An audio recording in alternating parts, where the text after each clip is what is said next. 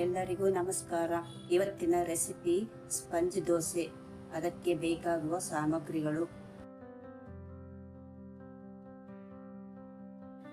1.5 ಕಪ್ಪು ಅಕ್ಕಿ, 1 ಕಪ್ಪು ಮೊಸರು, ಅರ್ಧ ಸ್ಪೂನು ಮೆಂತ್ಯ, ರುಚಿಗೆ ತಕ್ಕಷ್ಟು ಉಪ್ಪು, 3 ಕಪ್ಪು ಕಡಲೆಪುರಿ.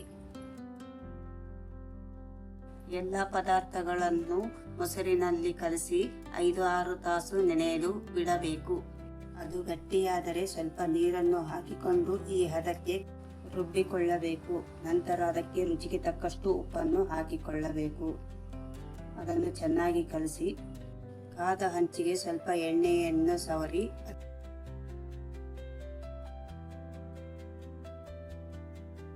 ದೋಸೆ ತರ ಅದಕ್ಕೆ ಸ್ವಲ್ಪ ದಪ್ಪವಾಗಿ ಹಿಟ್ಟನ್ನು ಹಾಕಬೇಕು.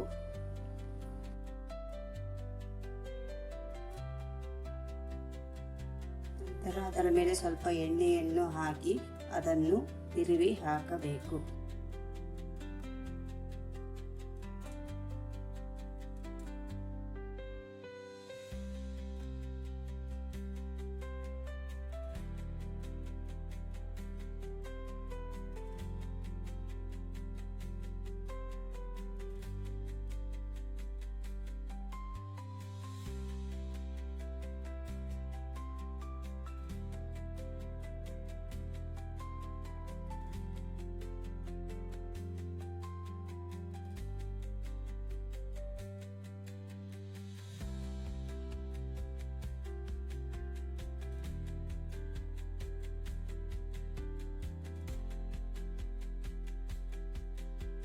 ನೀವು ಒಮ್ಮೆ ಟ್ರೈ ಮಾಡಿ ನಮ್ಮ ಚಾನಲನ್ನು ಸಬ್ಸ್ಕ್ರೈಬ್ ಮಾಡಿ.